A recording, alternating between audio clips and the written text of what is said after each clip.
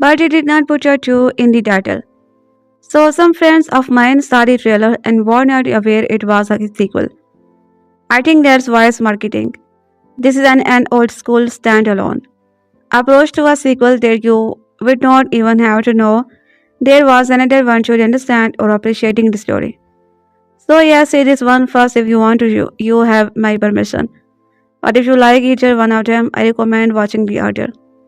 The appeal of Sisu and now of the Sisu movie series is pretty straightforward. Aatami Korpi is a particularly finished bad motherfucker, a rugged and scared ex-commando who looks more like a former than an action star. Is his power superpower? He will never give up or give in. So he goes to hell and then back to hell again, and pretty much just gets dunked repeatedly in hell until he's totally soaked in it, but he keeps crawling his way out again, and anybody who does anything to him along the way dies horribly at his hands. The first movie would be a clever and well executed action revenge movie in any era, but it happened to come out when it was particularly enjoyable to see some faces yet get fucked up. It took place at the end of the World War II, when a band of fleeing Nazis tried to steal the gold nuggets Aatami just found, and got elaborately joyously slaughtered for it. In chapter 4, the legend we learned the backstory that he was a Finnish commando during the Winter War. When he murdered of his family, Johan Wick added him into the becoming a mythical one-man death scare, known for killing over 300 Soviet soldiers. In Seso, Road to Revenge, he will get a surprise opportunity to directly avenge his family while just trying to accomplish one task that he refuses to give up him. See, he crosses over the border to his old house in a part of Finland now annexed by the Soviet Union. He uses chalk to number the boards that make up his cabin, takes them apart one by one, piles them on his truck. I was hoping they would also take apart the dialogue next to the house. Even it would be easier to just put in the truck intact. And I got my wish. Then he hits the road thinking it is road to Finland. Not even to revenge, but it's boat. The power that he know about Aatami's visit. So a KGB agent goes to prison in Siberia to release the infamous war criminal Igor. He's the one who killed Aatami's son and chopped him up with a shovel. So this guy can stop the monster he created. They will give him his freedom. Writer-director Hallinger is openly inspired by the Rambo movies and is currently set to direct Stallone-less and a Lakhoty kind of evil version of Rambo being recruited out of the war campaign. So there is, he just wants to get out of his house, and it's largely a chase movie.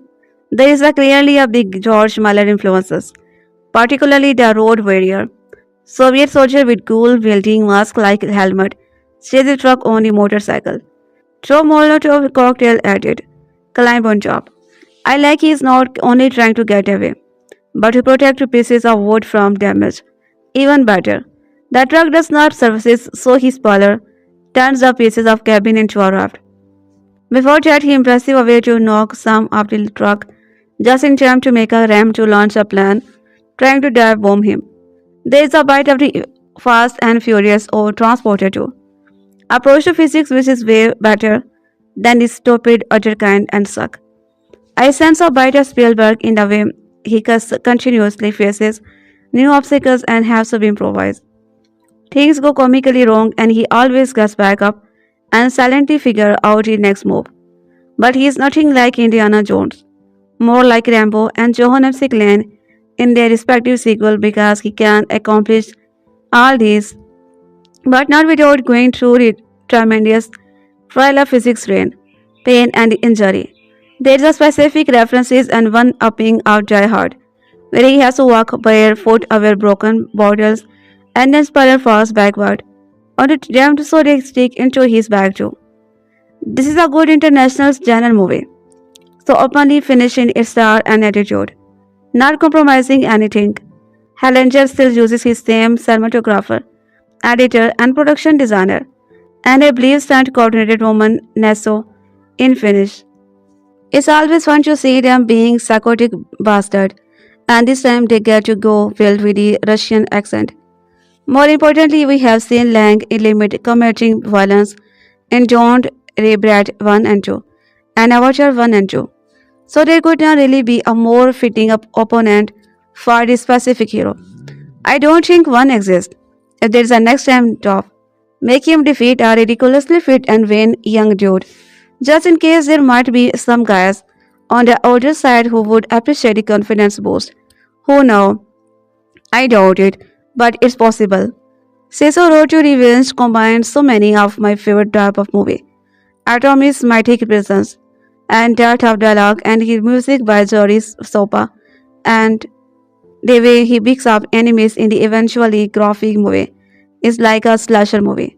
The elegantly simple construction of the story is like a really good action movie or western, and the imaginatively ridiculous uses of various weapons and vehicles are like in different type of really good action movie. Some movies with these qualities can be a little too surgery. I enjoy watching them and appreciate the fun time, but forget them quickly. That may not be the case with his one, for the simple fact that Helander found a way to end on a genuinely emotional note that adds weight to the whole thing. I will discuss specific in a spoiler post script below. He said in interview that he loves where this end up and then it would make a good ending to the story. But that is he has an idea for a third one that he might want to make. I like both options. I'm grateful that I got my wish from the Sisu review, which is just for him to make his next movie in a reasonable amount of time. He seemed to be on a roll now, and you won't want to get into his way. I was so surprised that this is of all movies was able to genuinely move me at the end. He's made it home. He's putting the house back together. Suddenly, a group of men carrying hand axes and hammer, and things approach. I think you probably guessed where they are for, like I did. But both Aatami and his co resumed they are there for a fight. So he grabbed his shield and grips his axe. We thought you could use some help. One of them says, those are not weapons they brought. They are tools, of course. But the way Aatami chokes up, and the guy tells him he does not need to say anything. Man, that attaches my heartstring to a motorized reel and it cranks him. Even the legend, the immortal, the finished Baba Yaga, the guy who simply can't tell because he refuses turn out to have feelings underneath. He had to all did entirely by himself, and the idea that somebody would actually do something nice for him, that he could have some help, just overwhelmed him. They know that he could use it and so could never articulate it. In the photos during the end credit, we even see him having a laugh while they are building. He made friends. He enjoyed a joke. Maybe told one. I have that for him. And I think again this is a good Rambo parallel. Because it's a little like the structure that makes First Blood. Such a classic. Rambo goes through all that and then he breaks down, bearing to clonal, and we find out what's been going through his mind the whole time. Aatami would never do that, but he is just as broken and emotionally repressed as Rambo, and is just as powerful when it came out. It's a movie about funny way to kill terrible people, but it's also so much more. The best part about Sisu was its nonsense approach, a thrilling action movie that did not indulge in unnecessary subplot, resulting in an underline inducing glory punching affair. The sequel, Road to Revenge, maintained the same approach. This time, the protagonist, Aatami Korpi, takes on the Red Army. Aatami and killed 300 Soviet soldiers in the Winter War single-handed to seek revenge for death of his family, and he had become a legend. 2 years after his gold discovery, Sisu embarked on a journey to his family house in Karelia. He used to live there with his wife and 2 sons before they were brutally murdered by Soviet soldiers since in 1944. Finland and given up Karelia to the Soviet Union as part of the space red dry Aatami decided to travel home. Dismantle the house he would be built and rebuild it somewhere safe. But soon after Aatami crossed the border, Aatami was heading to Finland when his path was blocked by a Soviet army van. He figured that it would cause trouble. And the moment he noticed the Molotov cocktail in the hand of one of the soldiers, He knew he had to act immediately. Aatami cleverly managed to take down all the soldiers, but he spared Igor because he did not wish to cause harm to someone who did not try to actively shoot him down. Aatami had no idea that the man he spared was the one who would be relentlessly kill his family. Igor now had a fair idea of the man he was dealing with. He realized that taking down Aatami would not be an easy task, but he was ready for the challenge. Igor instructed the soldier on motorcycle and even pilot to take down Aatami. He was being attacked from all sides, just as he was done killing the motorcyclist. He had to now find a solution to protect himself from the airplane. Repeated shots were fired, and he ended up taking shelter in a barn. He figured there was no way he could protect himself there. So he goes to hit and road again. But navigating the road with the airplane constantly targeting him was not easy, and he ended up driving his truck into a lake. Aatami was almost about to drown, but then he released his dogs and used them as a makeshift raft to float on the water. As he was sailing by, he stumbled upon his abandoned tank. Aatami loaded the logs onto the tank and used dynamite, landmine, and fuel to summon capsuled his way into the Soviet camp. But unfortunately, his plan did not pan out the way he would be intended. The tank was destroyed due to the impact, and Aatami was left terribly injured. He had no choice left but to surrender. But after stepping out of the tank, he had pushed a sharp knife blade into his leg. As expected, Aatami was repeatedly tortured. He was hung from the ceiling of a train wagon like fresh meat, and a hot iron was used to be repeatedly strike him. He was bleeding from his whole body when Igor stepped in. Hubri realizes Aatami had extreme tolerance for physical torture. But the one thing that completely destroyed him was the murder of his family.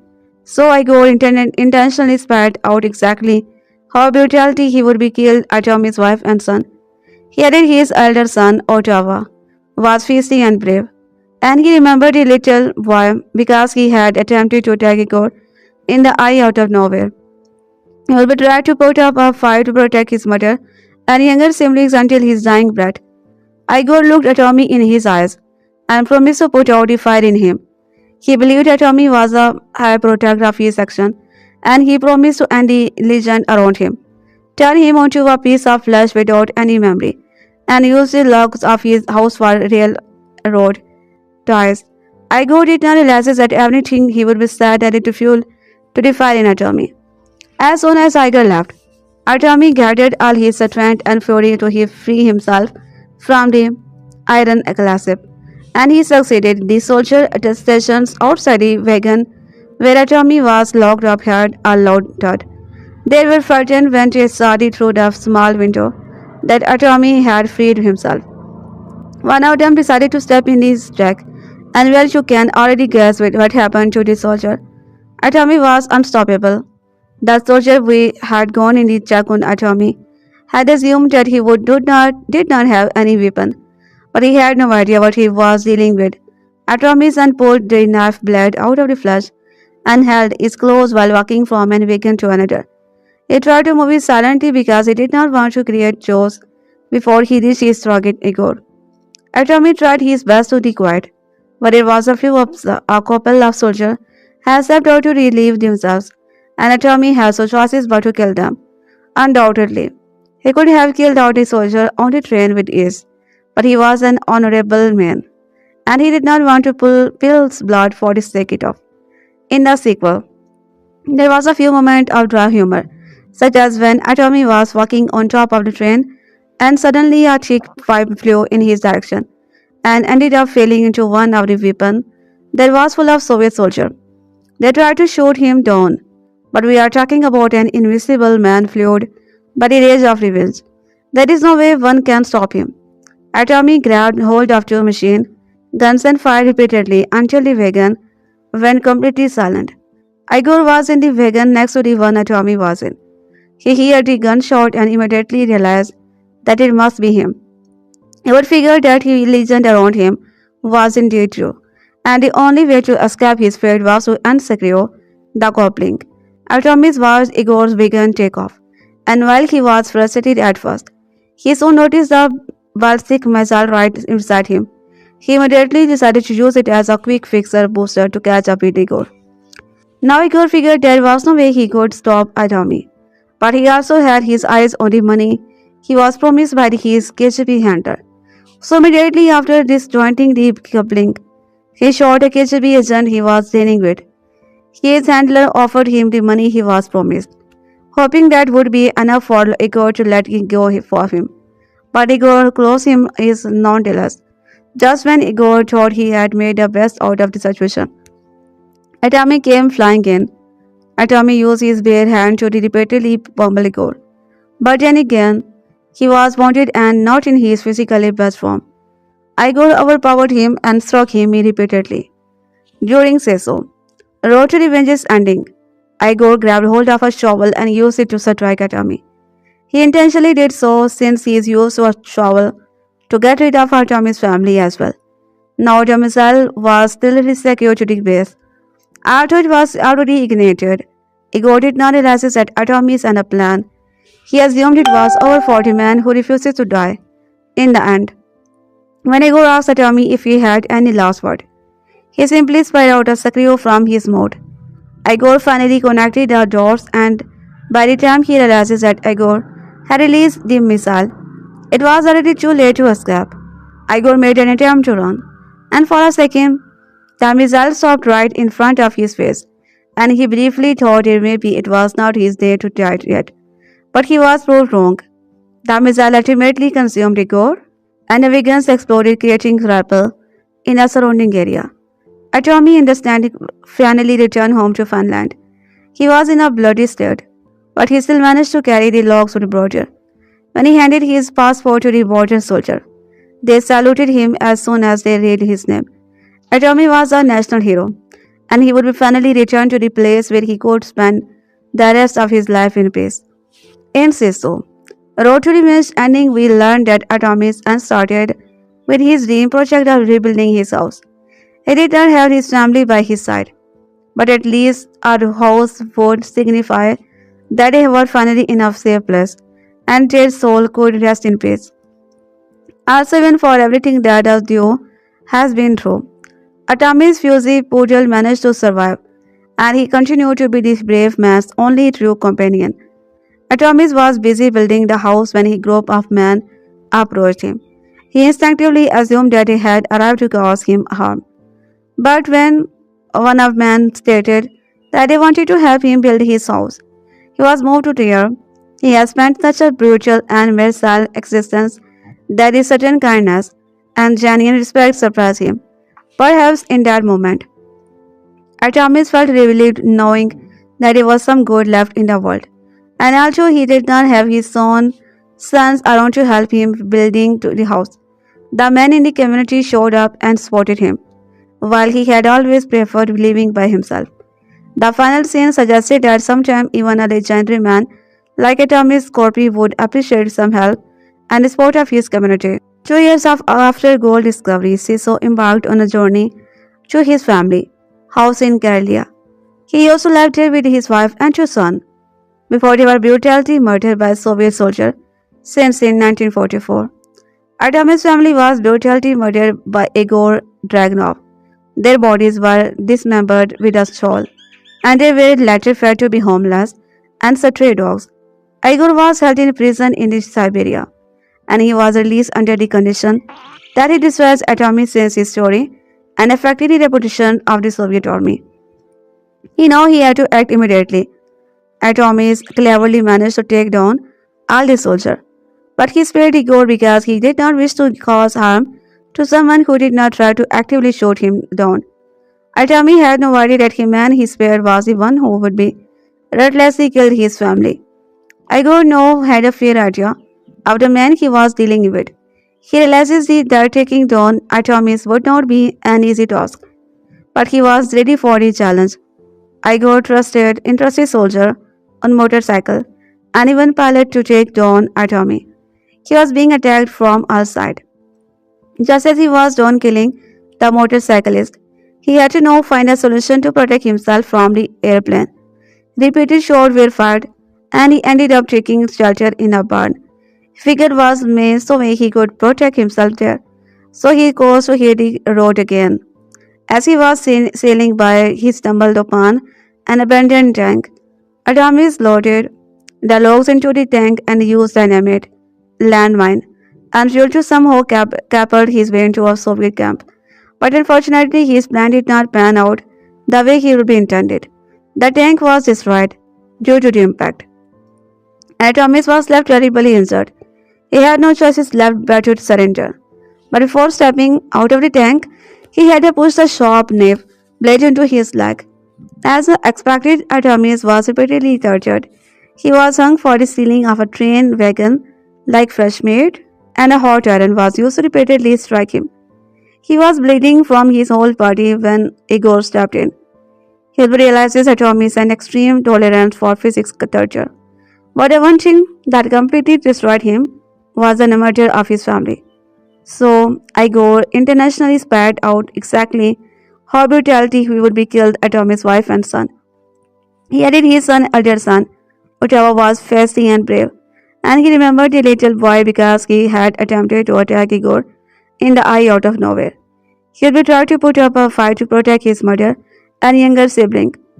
In 2022, the Finnish Indie action movie Sisu had a look of one-hit wonder, pitting a greaser prospector against an entire platform of Nazis.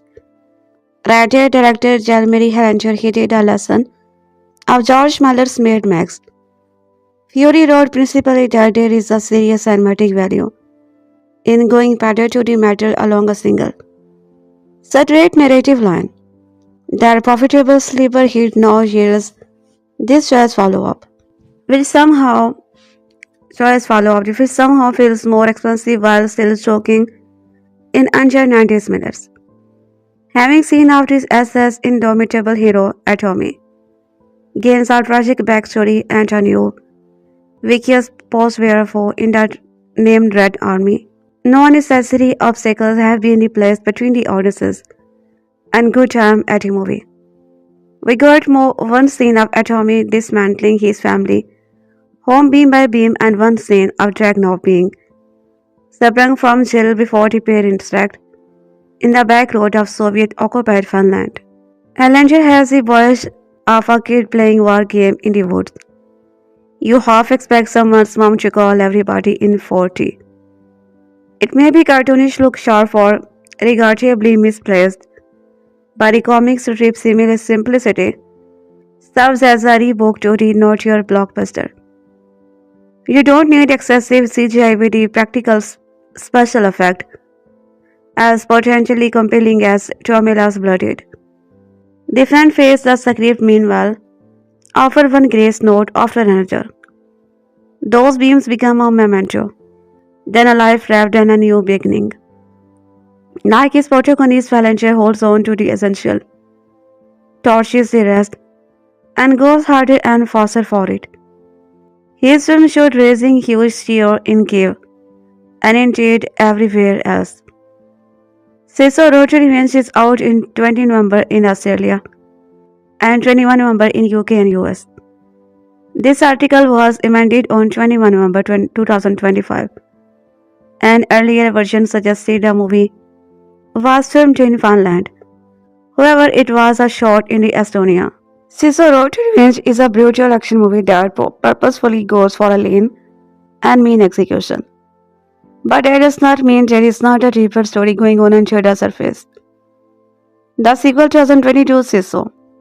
It brings back the Finnish Aatami Korpi, known to the public as the immortal for his exceptional battlefield skill.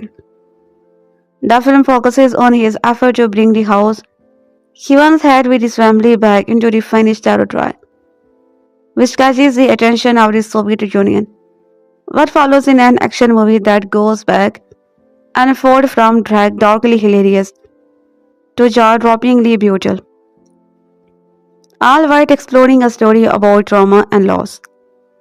Sisu Road to Revenge is a wild escalation of the first film, pitting Korpi against his Russian equivalent and steadily revealing just how personal their bond is.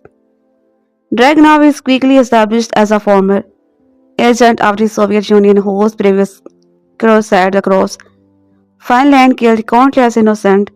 This included Korpi's family, reasoning that Dragunov is the only person alive who can contend with the immortal. The Soviet leadership frees him for prison and set him before against Korpi. Much of the film's now Korpi's attempt to reach the Finnish border with the remains of his family home. While Sisu benefited from a tense game of cat and mouse between the Korpi and the Nazi soldier who encountered him, Sisu wrote to the revenge is far more rooted in a personal conflict. Dragunov is defined in a direct contrast to Korpi, with both men having similar skill set and disaggregate for their enemies. Nobody both men seem to have a similar perspective on killing in the moment, but deal with the memory of direction very differently. Dragunov bragged to Korpi that his screams of his victim blend together, and the character is portrayed as an almost cartoonishly black and white villain. However, it's somewhat similar to Korpi's own disregarded for his enemies. However, while Dragunov takes some pride in his work and seeks to break the immortal for the thrill of it, Korpi is shown to be haunted by this past. In the film's final moment, even people coming to help him, his hordes initially come across as a threat. Korpi is visibly taken aback when he does not have to fight a man, and is almost tearful when they help. This is a clear display of the lingering humanity that gives Korpi true to memory of his family. It's something played with slightly in the first film, but become more pronounced in the final moment of Road to Revenge. Sisu Road to Revenge is a fairly self-contained story, concluding with Korpi envisioning his family by killing Dragunov before completing his journey home. The films end with Korpi reconstructing his family home in Finnish land with the job help of the local. Ensuring Korpi could be drawn into the further conflict with the Soviet, especially if his action in their territory were considered an act of the aggression by the army. The Finnish government could require Korpi of another adventure, or even just an innocent civilian could call upon him for help. As for this writing, the future of Korpi is up in the air. Both the film's writer, director, Hellangers and star Jorma have expressed interest in a potential third film, but there is no concrete plan for a follow-up. The ending of Sisu, Road to Revenge reflects this. The final shot of the film, framed like photograph of Korpi and his new Finnish neighbors building the house, could be seen as induction into their community. This could give Korpi plenty of reasons to defend his throne, and these people setting up easy narrative part for a third film. Conversely, the pictures could be taken as a final epilogue for the character, prove that he was able to put down his weapons and take up tool to rebuild the family home. Given his endurance after the loss of his family and the pain of his battle, Sisu Road to Revenge is a fairly straightforward story about a man trying to move a building from Russia to Finland and allow to challenges his culture along the way. However, it's very much a movie that reckons with the untended legacy and lingering trauma. Korpi is a killing machine, but he is also haunted by the memories of the family. He lost and struggled after constantly having to fight for his life. Dragunov and the Soviets want to break the illusion of the immortal, hoping to turn his unexpected legendary status into an asset of their own control by breaking him. Korpi's fury over his family's fate gives him the result to do some truly ridiculous thing, but it's also left him a quiet shell of a man who barely says a word across the film. Even his new neighbors recognizes just him, acknowledging that he can't speak to his trauma, even as he recognizes it and wants to help. Road to Revenge is a ridiculous action movie. However, it is also a movie about a man who has to keep moving, as slowing down will cost him the loss of his old family. It's a movie about the extreme land someone will go to for both vengeance and peace, and gives his Road to Revenge a quite emotional core. The most brutal Nazi killing franchise of the past few years is back with the Sisu Road to Revenge. It's changing up his story structure this time around. Once again written and directed by Jalmari Hellinger. The action sequel picked up 2 years after its acclaimed predecessor with Jorma Tommila returning to his home, a richer man. Always still tormented by the brutal killing of his family during World War II at the hands of Soviet Red Army. Officer Igor Dragunov, played by the Avatar Stefan Lang, looking to start his family and anew, now that the war is ending. Atomis dismantles his home and loads it all onto a truck, driving across fine land to find a peaceful new home to honor his family memory. However, in an effort to quell the legend of the man who refuses to die, the KGB released Dragunov and gave him near endless resources to hunt the Sisu protagonist down, resulting in an explosive race across the country. Having originally premiered at the Fantastic Fest in September 2025, Sisu Road to Revenge has then guaranteed near universal acclaim for critics, currently holding a 96% approval rating from critics on Rotten Tomatoes, who have praised the sequel for its inventive action and dark sense of humor. The movie has also gotten off to a strong start at the box office with its Finland premiere, grossing nearly $2 million against its $12 million production budget, while also being on track for a $3 million debut in its domestic opening weekend. Ahead of its movie's US release, Screen Rant's Grant Hermans interviewed Hjalmar Hellinger and Stefan Lang to discuss Sisu. Road to Revenge looking at the difference between the two movies, the structure in which the first could be compared to John Wick. Germany had entered the idea that Asanis are trying to transport his home to a hostile territory, create actions and a moment. Like in a road movie with a lot of action. It's entertaining to watch but will slow to shoot. When you have a lot of moving vehicle, cars, motorbikes, etc. And also all the cameras are moving. It is very time consuming and harder to rest for a new take. As the scale increased between the two films, and Hellinger had a bigger budget to work with. The writer-director pointed to the big explosion as being the most exciting set pieces to put together, while setting the towers as being the movement of all the vehicle, describing putting together the former. Hellinger said the key to pulling them off a lot of planning and work beforehand, especially given that on the day of the shoot. You only have one take and therefore have to hope that everything goes as planned. Another key evolution in Sisu. Road to Revenge story is unlike many other army action franchise. The sequel gives more insight into Tommy's backstory regarding his family's death and the person behind it. Hellinger explained the decor of the stage came from his protagonist getting his house back, feeling it to be so original, emotional and right from the first second. I intended to have an idea that would match the first film and could have better to justify the film. This time is more personal and emotional and creates good action. Screen Rant. The cast of the first films was primarily finished, and again, you broadened the scope a bit here with Stefan Lang and the Richard Brake, two fantastic actors as your primary villain. How did a more international casting came about, and what should draw you to see those two in particular? I was thinking about someone younger at first, but when the idea came to have Stefan Lang, I immediately thought it was a great idea.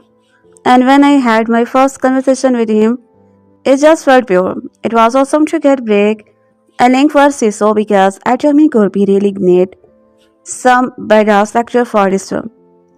Stephens, obviously you are no stronger, no playing villain. But every actor has a different way of getting into their villain head. Whether it's the physicality, whether it's their backstory, whether it's the voice, what did you find was the best way to get into Igor's head in the film? As I recall, it had a lot to do with the kind of emptying myself out. I was really looking to kind of recreate kind of a void in my own self. And one of the ways I achieved that, I didn't enjoy. You mentioned the backstory. And obviously, the backstory of Igor Dragunov is not relevant to the narrative, in a sense, but it is irrelevant to my playing the role. So to be able to be create a character who is capable of such kind of gallows, good and is systematic evil. It's helpful to understand where that's coming from and how that came about. Once you realize that this is Gaius and has been formed the moment of his birth. A child of state that actually from a very early age. Well, that journey really make it all the more visceral once we got to later point in the film. And Igor gets more involved in the action, especially when we finally get to see him and Aatami go against each other. I would love you to hear when it was like when you and Jorma family got to actually share a screen time and both mentally and physically go toe to toe with each other. It was a player because he's a terrific pro. I think we both, even without ever saying it, had a contract to look out for each other. Because if you think about it, we are talking about an empty train. We are in an enclosed space there, and everything is broken and busted. There are shared or sharp edges and everything, wherever you go. There's a dozen ways to hang yourself and hurt yourself. That's interesting because that creates a little bit of was your attention, which I think is good. But working with him, we worked well together. It was a fine job. Whenever we did go together, a lot of punches were thrown, a lot of forks were stabbed into our people, and both of us walked away from it feeling like we would done our job. And also we did not bust it, broke my limbs, either our own or our acting partner. I also loved his phone stab. I wanted to touch on the ego stat because I was gratefully surprised by the sheer brutality, with the combination of the impaling him and blowing him up. How many iteration of a legendary that you gave him more crafting the script? I always thought you would die with the missile because that was the first idea with the train. I thought how cool it would be to ride on a train moving with a rocket engine of a big missile. So when I heard that, I know the missile would do seat of him. Stephen Lang's explosive ending in his Sisu Road to Revenge has been unpacked by director Jean-Marie Hellinger, who explained the real moment. Lang portrays Igor Dragunov, a Soviet officer who killed Aatami's Jorma family, serving as the sequel's central antagonist. Sisu Road to Revenge ends with Igor getting blown up by a ballistic missile on a train that Aatami activates. In an interview with the Screen Rants, Grant Hermanson's 42nd installment, Hellinger explained the reason behind Lang's Igor getting blown up with a missile in Sisu. Road to Revenge, the director stated, that was the first idea, thought for the train scene, making it inevitable that he would be killed in such a manner. Check out what Hellinger had to say below. Speaking of Igor's death, I was gleefully surprised by the sheer brutality of it with the combination of the warhead, impaling him and blowing him up. How many iterations of a legendary death did you give him when crafting the script? I always know he would die with the missile because that was the first idea with the train. I thought how cool it would be to ride on train moving with a rocket engine of a big missile. So when I heard that, I know the missile would be the seat of him. The train sequences was the biggest element of Sisu. Road to Revenge's ending, with Aatami originally using the missile as a booster to catch up to fleeing Igor. The pair fight, with Lang's character almost beating the protagonist. Luckily, the missile is still armed, killing Igor and allowing Aatami to go back to Finland. He is revenge satisfied. Review for Sisu Road to Revenge have emphasized the major amount of violence in the sequel. This includes a number of creative death scenes for numerous characters, mostly canon-fodder as Aatami attempt to go Igor. The antagonist, however, had the most furious death of all, befitting a high octane. Road to Revenge holds a 96% rating on Rotten Tomatoes from critics as of writing. The readily available praise of the film's action scene is what makes it stand out among others in the genre. As Hellinger stated, the missile that was a foundational idea for the train scene. The grounded action film won't be the only villain role Lang has in the movies this year. Given how memorable Sisu Road to Revenge made it a major villain that It's clear Hunter and the dream behind the movie have a knack for crafting brutal, yet satisfying that scene.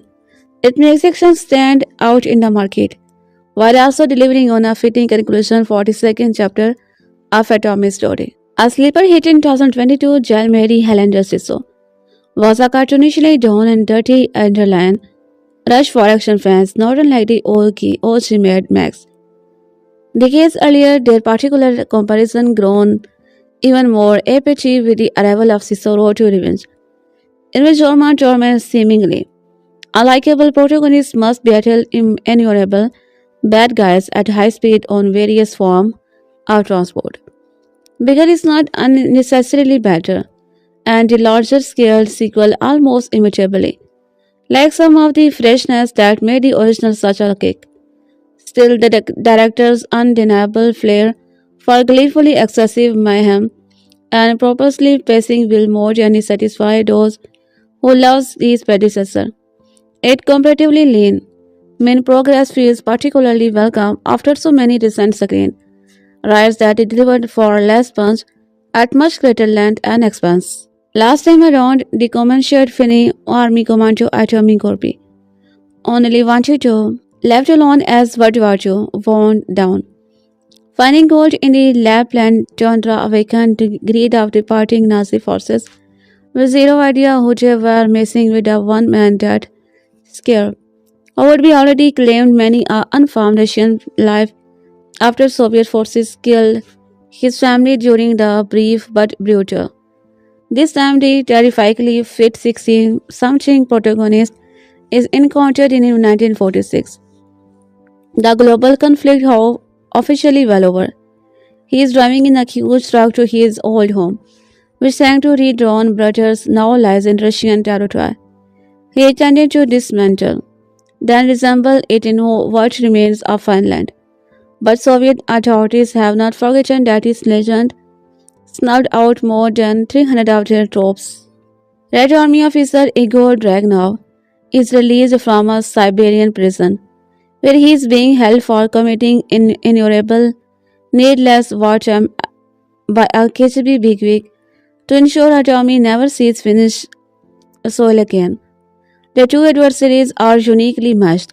In Korpi knows the utter brutality murdered his wife and son, while Ragnar won't feel he is a truly completed job until the father is dead too. This setup takes about 10 minutes, after which it's one dynamic set pieces after another. Aatami managed to escape an initial roadblock ambush, then attacked by the motorcyclist, followed by a fighter plane with a machine gun. After a brief aquatic interlude, there is a portrait climax aboard a train speeding back to Siberia, bearing myriad armed Soviet plus one blooded.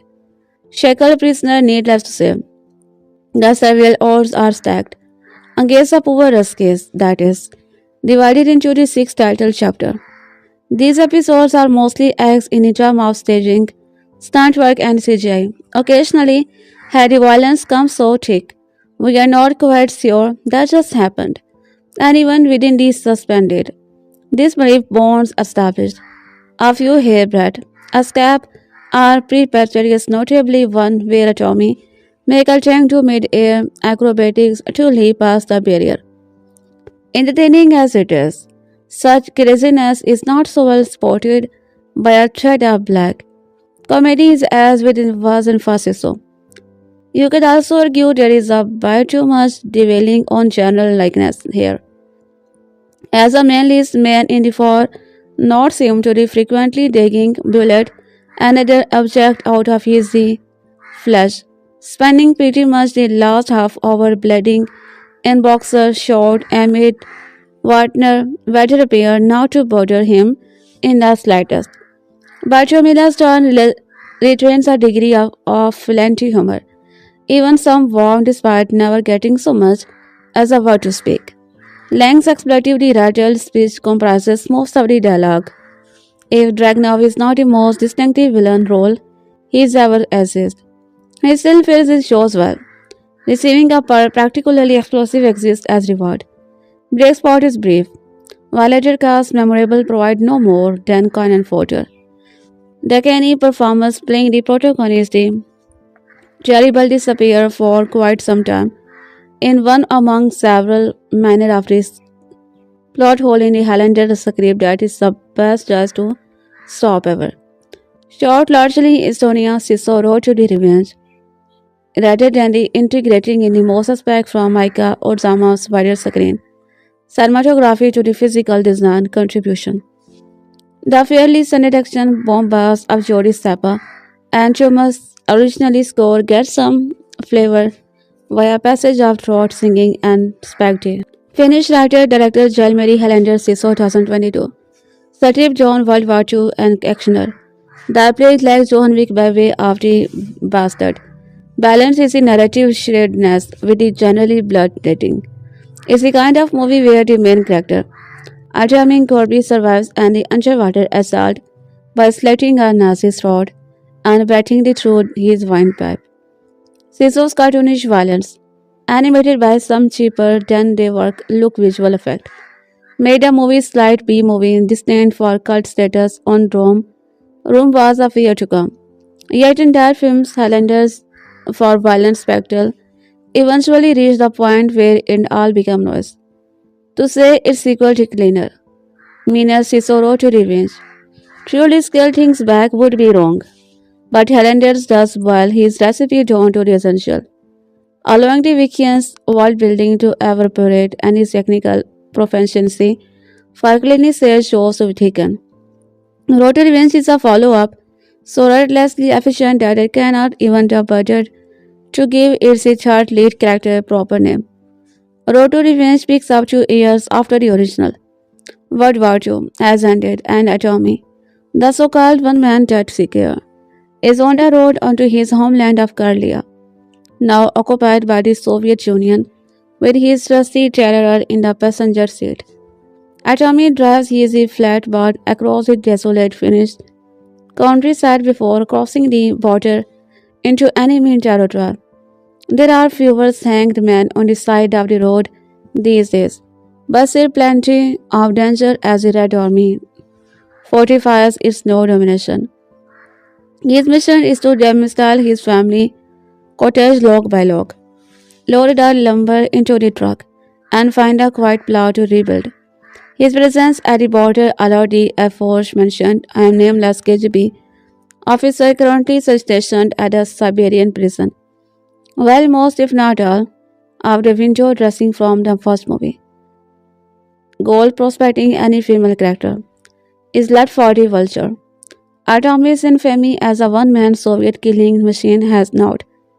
Legend has it that Atomy once killed 100 of Soviet, and even the war is over. They would like some playback. It's not Atomy who traveled the road to revenge, but rather the man this nameless officer sent to take him out. Igor Dragunov, the man who killed Atomy's family with a shovel. For all its native grace, the road to the revenge leaves make murder seem just a little bit more evil than all the other killing. Broken into 5 chapters, each starts with a western that humanized with the rope and use. A road to revenge carefully escalates Atomy's trial. It's not long after he loaded his vehicle with his dissemble that Dragunov's goon catch up to the Atomy, who's trained to protect his former home in tow as the Soviet lay siege by the ground and air. But even as he moves from his set pieces to set pieces, each defined by a different vehicle, and in many ways you can die in one. It's a Highlander's grasp of the fundamental that make Road to the Revenge such a bloody delight. The odes to George Miller are apparent in Highlander's overtopped missed laughter and narrative efficiency. They are also present in a clarity of the Micah Osama's cinematography, which is an instant. Zooms for Jaren's smiling inspired moment of natural grace. There is a bold coherence and gravity to Road to Revenge's carnage, which make the action more painful and satisfying to behold. Highlander's composition take on the grammars of silent film, thanks to the Tommila's pained non-verbal performances and editing which has the crispness of veteran stand-up, crackling with the set pieces that the audiences can't wait to hear pay off. Elite film sequences aboard a Soviet train take excellent advantage of a battalion, a sleeping soldier dozing and turning in their bunk. Their failing arms transformed into a human security system. Aatami becomes a character curtain as he advances through each precious sequences. Even better, Atomi's Bug Bunny inspired violence is rarely unearned, making it even more satisfying than its predecessor, which revealed in the kinds of video game mayhem better suited for GIF than films. Road to Revenge made sure there's a clear heightening for moment to moment, rather than it magnified as a new landscape, a new weapon, or a tank outfitted with explosive. Sisu Road to Revenge is a simply more refined and enjoyable version of his predecessor, by showing what little for Fat remained than on his initial idea. He crafted an action movie that does more with less. There are moments when the sequel nearly overdoes it. When Highlander's thirst for blood threatens no overpower the film, yet in its simplicity it finds a steady rhythm that peaks gradually. Peak and reset. It is not a profound or enlightening, but for 89 minutes, it was a fury road, confidently flipping tank and unleashing hell along the way. There is both coherence and gravity to Road to Revenge's carnage, which make the action more painful and satisfying to behold. Highlander's composition take on grammars of silent film. Thanks to Tommila's pained non-verbal performances and Valencian editing, which has the fashion stand-up clicking with a setup that the audiences can't wait to hear payoff. In Sisu Road to Revenge, Jalmari Cylinder's violent sequel 2023. Sony had to go. Aatami Korpi moved himself for the bloody road trip action flick. They saw landscape effort to cultivate Aatami's Korpi as their next John Wick. Like a child in the kingdom who was tired of sharing these toys, Sony's productions company Stage 6 screamed, "No mine." Who needs a plot when you have the man who refuses to die as your hero? I am being facetious, of course, but not as much as it might think. The first time we met Aatami, he was just trying to live his solitary life. He walked by his side and riches in his stature. He was content, of course, as life would have it. There is often people who can't mind their own damn business. The people in this particular story just happen to be Nazis. Too bad for him. He was a man they perceived as alone and an all too easy target for their cruelty. Little did they know who they were fucking with. If you have seen what transpires, you know it didn't end well of clicks in, and if you thought that would be the end of there, you are not alone in thinking so. But here we are in 2025, and the man, the myth, the legend himself, has returned for some much needed as it most brutal and discerning. He is quite spirit, but a genuine demon if crossed. And who is dumb enough to ruin this man's day this time? The Soviet Union, of course. A commander of Red Army to be specific.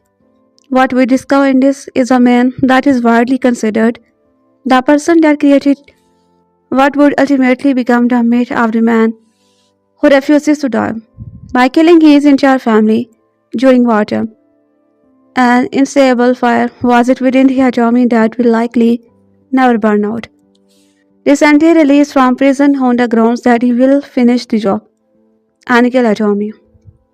Eager Dragnov is the culprit of this man's greatest agony, but all Aatami wants to is dismantle the home he is firmly lived in and rebuild it elsewhere, and to live the rest of his life in peace.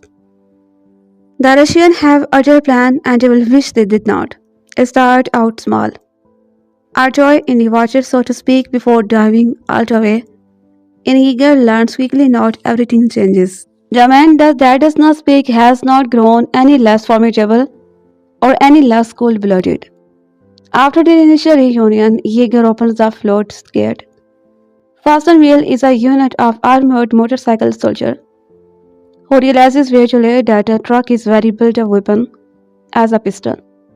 It's all in how you detailed it. Then comes an attack from the air, and for a time they get the better of him. But he is never out of long. Their paths connect them, out his vegans will savor that tried with the extreme prejudice. This is Road to Revenge.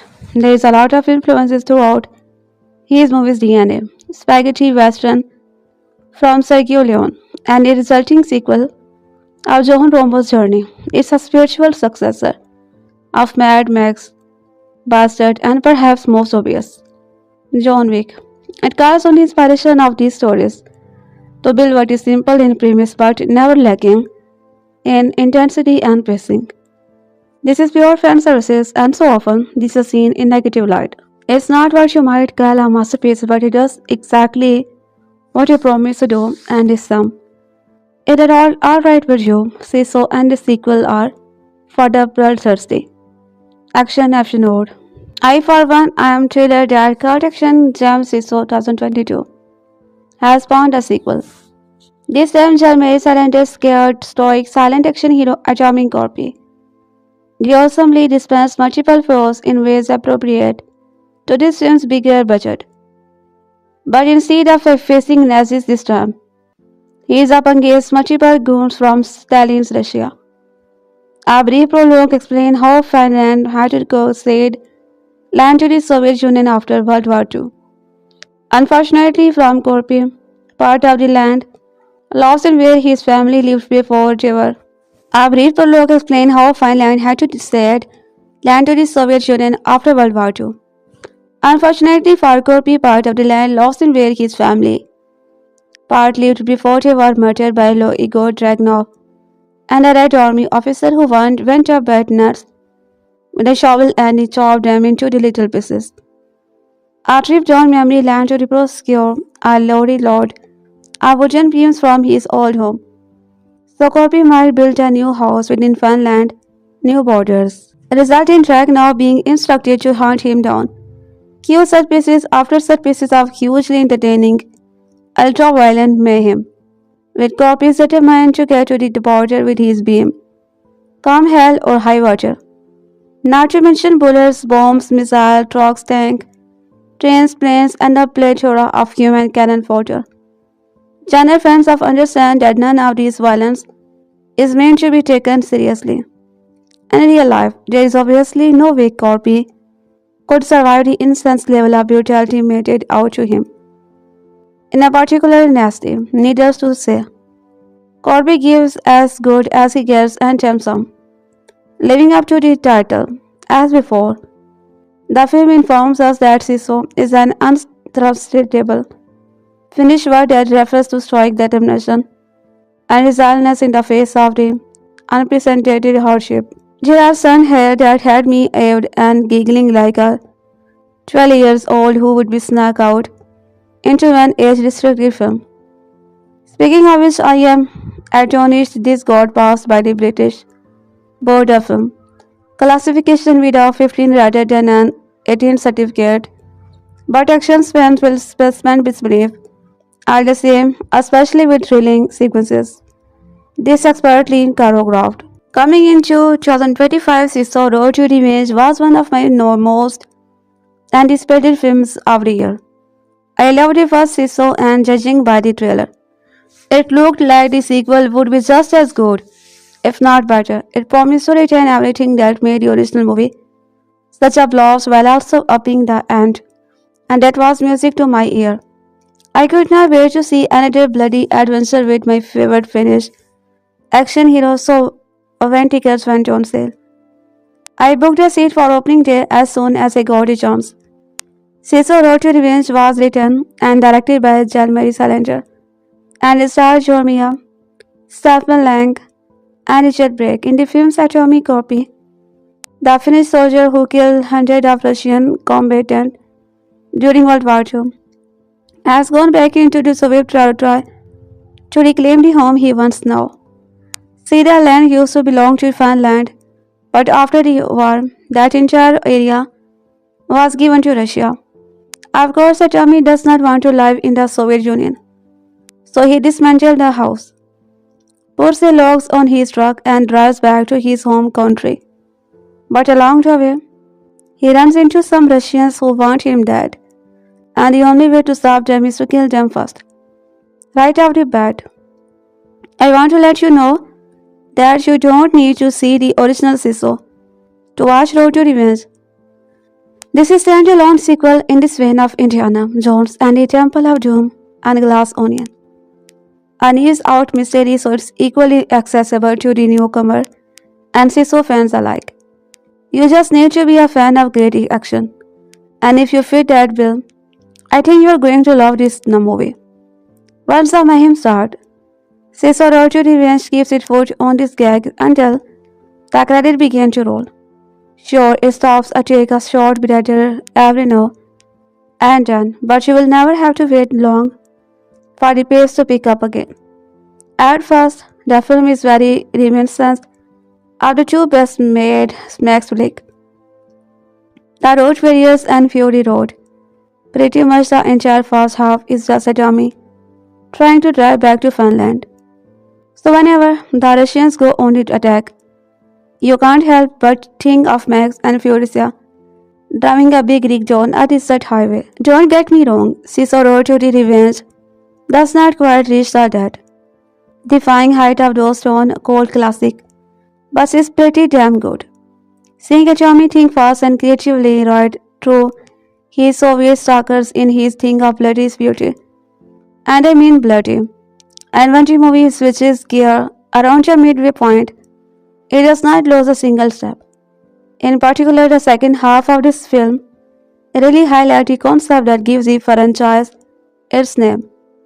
Sisu is a Finnish word that refers to an unbreakable grit and intensity, even in the face of seemingly impossible obstacles, and Aatami is a pretty much the living embodiment of that. I am not going to spoil anything, but I will say that if you think John Rambo stitching himself up in First Blood is impressive, just wait till you see what Aatami does here. He exhibits an almost superhuman resolve, and actor Jorma brilliantly brings that unflinching determination to life. With body language and facial expression alone, Aatami has no dialogue in Road to Revenge. Lets you know he is not one to be trifled with. So a single look from this guy is more than enough to put the fear of God into anybody who gets in his way. Anybody that is except the movie's villain, a Soviet officer named Igor Dragunov. He is played by Stefan Lang, and Lang is just as good as his heroic counterpart. He imbues the character with the same kind of fearless that makes Aatami such a great protagonist. But he transports it into a much more sinister key. Everything this man says and does is dripping with the unwavering. So that anybody can take Aatami down, it seems. All being said, I don't want you to think so. Road to Revenge is a pure shot of that adamant line with no underlying substances. As the title suggests, this is a revenge film. But it's also more than that. It's a story of a man who was deeply affected by the loss of his life and gears. And Jorma nails that side of character as well. When Aatami first returns home and the memories of his family come floating back, Tommila is not afraid to let the character's emotions overwhelm him. He shows that even a man can try when he thinks back to the family that was so cruelly ripped away from him. And as a man myself, I really appreciated that. It's easy to view this Sisu franchise as little more than a hollow exercise in the beast brand out of toxic. But seeing Aatami experience genuine emotion shows there is more to manhood than just beer, brawn, and babies. On the flip side, I did have one issue with Sisu, A Road to Revenge. As much as I love the action, there are a couple of times when it stretches the bounds of cruelty a bit too far. I can't get into a specifics without spoiling some of the fun, but I can tell you what the worst offender involves an airplane and few perfectly placed log. It's just too much to swallow even in a movie like this. So I wish writer-director Jalmari Helenter and he retained it just a little. Thankfully, the God is good is Sisu. Road to Revenge far outweighed that one flaw. The excellent action, great character, and surprising thematic substances make this film everything I was hoping for and even a little more. Granted, it's not for everyone, but if bloody action cinema is your wheelhouse, I highly recommend that you check this movie out. You ever wonder what would happen if Mad Max Fury Road me Fast and the Furious franchise? That, my friend, is Jalmary's Highlander Sisu, a road to revenge. If I had a week, I could not tell you all of the ways Highlander sequel goes balls to the wall of nearly every second of its runtime. To be fair, I would not want to. Road to Revenge is one of those films that is absolutely essential to watch on the biggest screen possible, with the largest crowd that you can find it. The first film is good, following a charming Korpi on his journey to cash in gold through Nazis occupied Finland, but it's not great. It delivered on the brutality it promised, but everything about the first film, which to be clear I enjoyed, left me wanting more. A Road to Revenge is that more and then some, with the primary reason that you need to see it in the theater being that you deserve to hoot and holler at the screen the way the Fantastic Fest crowd did as a Tommy absolutely most through anyone standing in this way.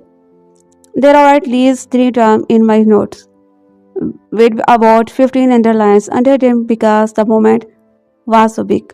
Appropriately, Road to Revenge's journey is little but different than the first films.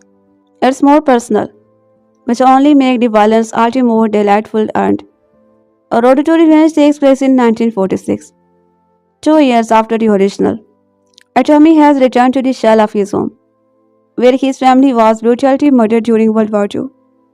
The sudden battle-tried soldier slowly demolishes the home piece by piece, taking care to stack the lumber on the back of truck with the intent to take it Finland, and able to live out the rest of his days with his trust pope. You see, Dragunov is the man who slaughtered Atomi's family, chopping them up piece by piece to save illumination. He was captured at the end of the war, and he does not take too kindly to the fact that Atomy has become a legend across the land. Sisu Road to Revenge is split into 5 chapters, each one more delightfully unhinged than the last. The set pieces in these films are impossible in the most beautiful way possible.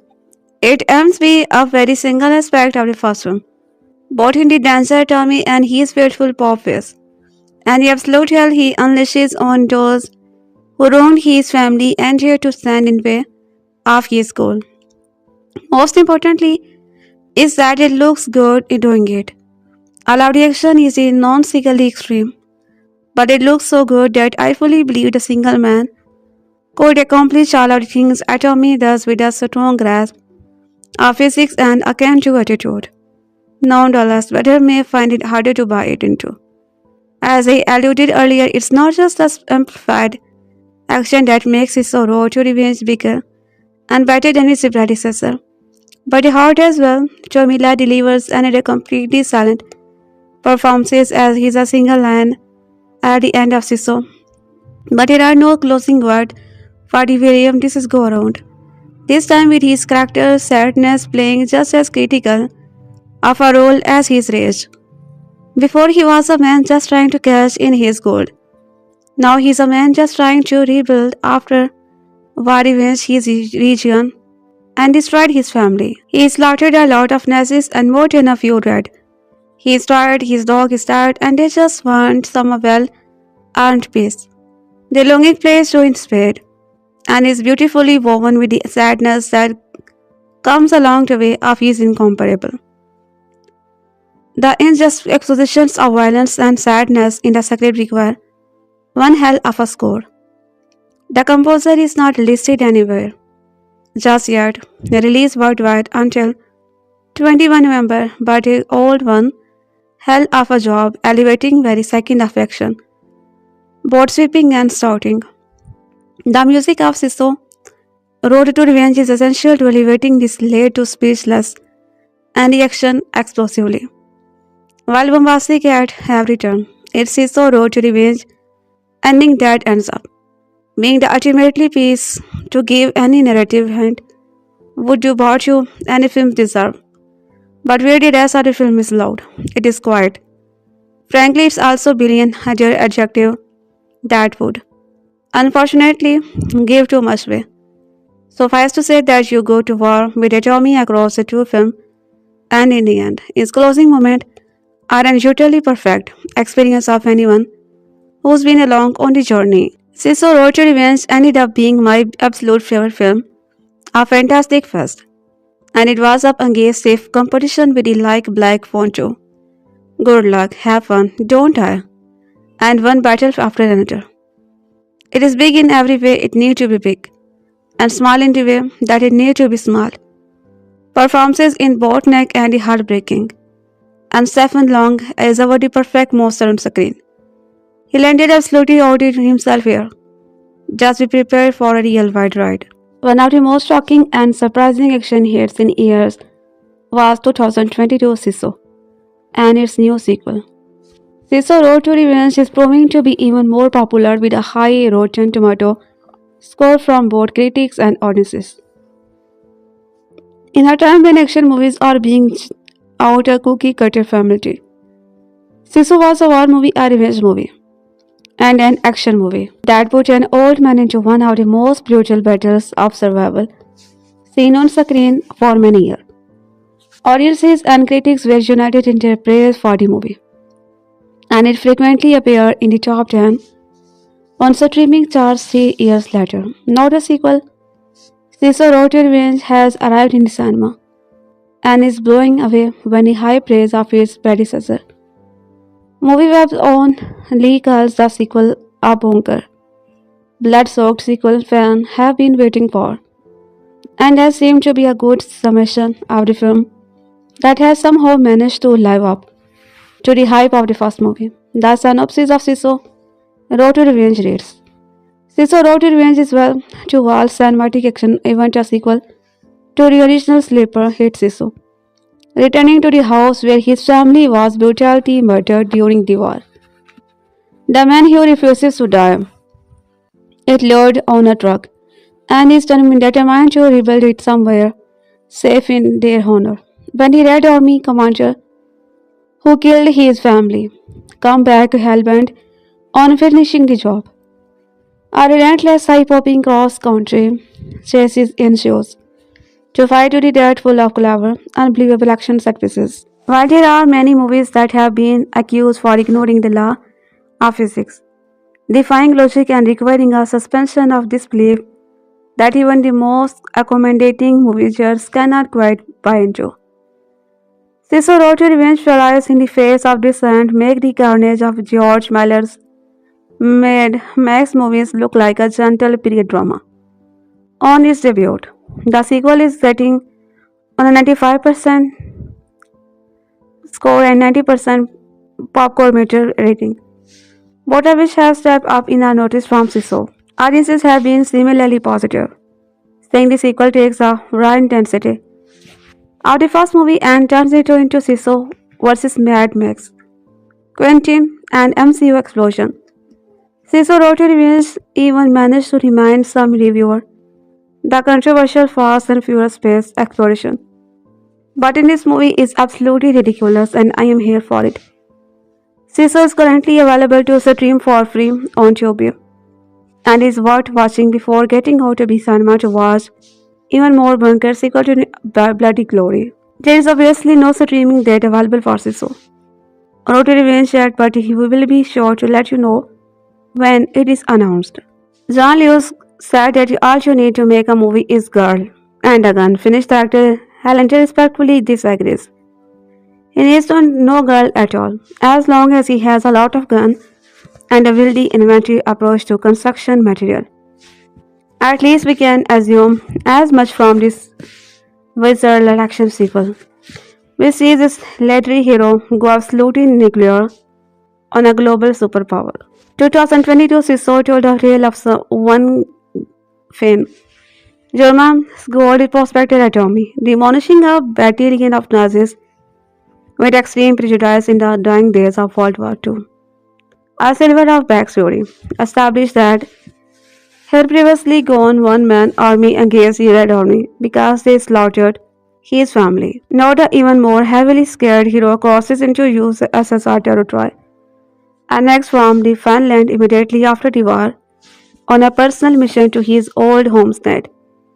His arrival prompted the Soviet power to open a prison in Siberia and release Igor Dragunov held there for his part in that long ago massacre of Atomi's family. Dragunov, he told, must go and kill Atomy, and buried the legend that he helped create, avenging the honor of Regmi. Dragunov has the sense to swiftly enlist a few hundred disposable goons to accompany him. He will need them because Atommy's little way with a found object puts even John Wick to shame. Anyone can kill a guy with a pencil.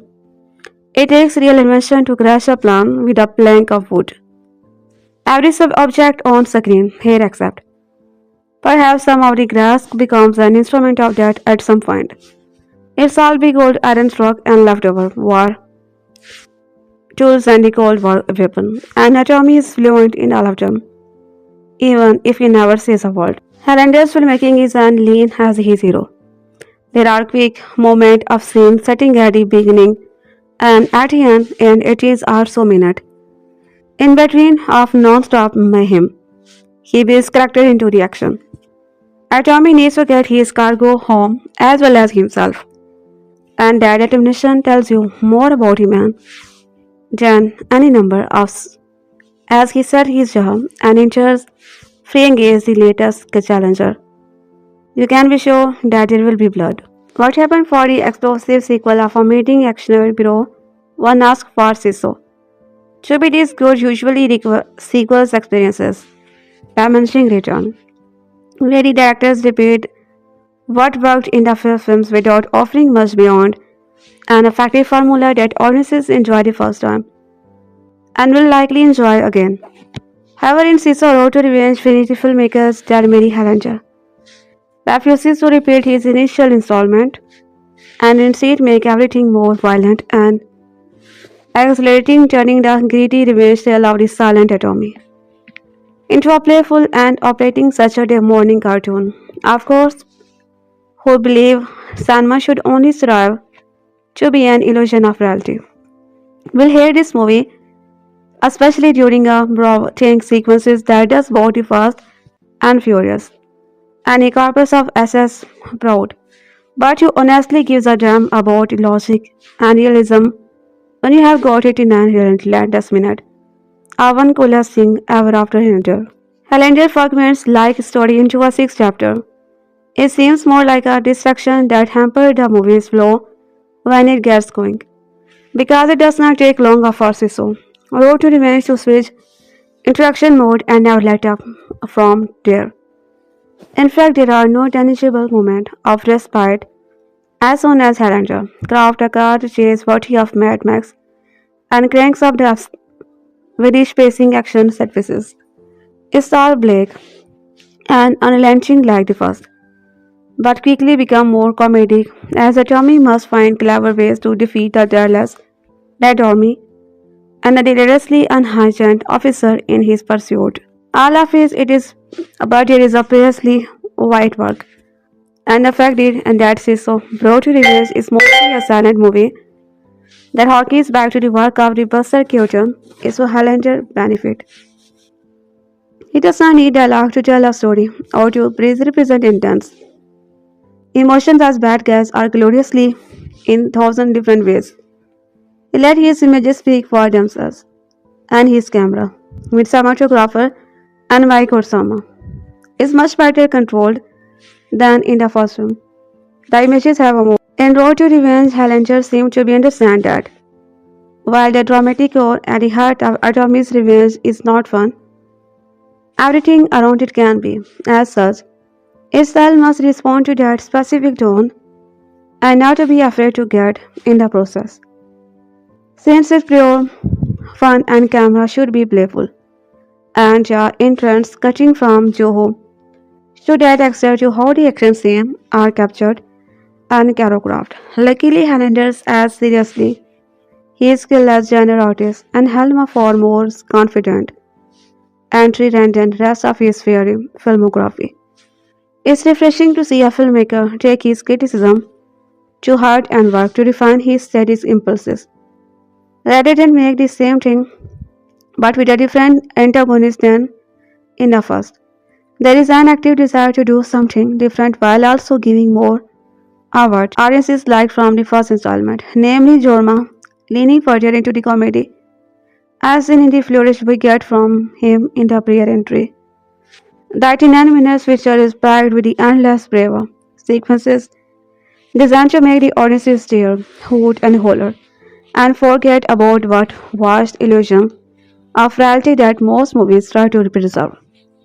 Every set pieces get more cartoonish, to the film's benefit leading up to a trained sex climax that feels redundant at first glance, but it's so thrillingly entertaining one can't help but have a smile on their face. Balances out acts the plastic comedy to build up tension so ridiculously in your face. Conclusion feels like a proper send off to the protagonist who will hopefully build a more peaceful life by the time he is done exacting the most popcorn chewing from the revenge you can think of.